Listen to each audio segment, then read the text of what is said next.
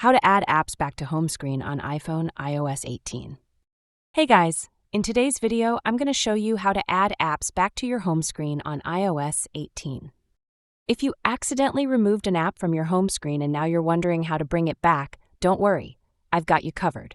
It's a super quick and easy process, so let's get right into it. Start by swiping down on your home screen to bring up the Spotlight search bar. Type in the name of the app you're looking for.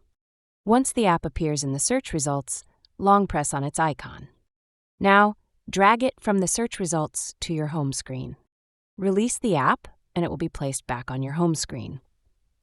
You can move the app to any position you like by dragging it to a different spot. If you prefer, you can even create folders by dragging one app over another.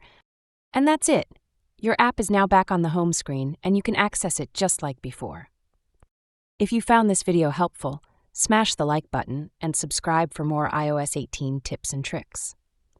Thanks for watching, and I'll see you in the next one.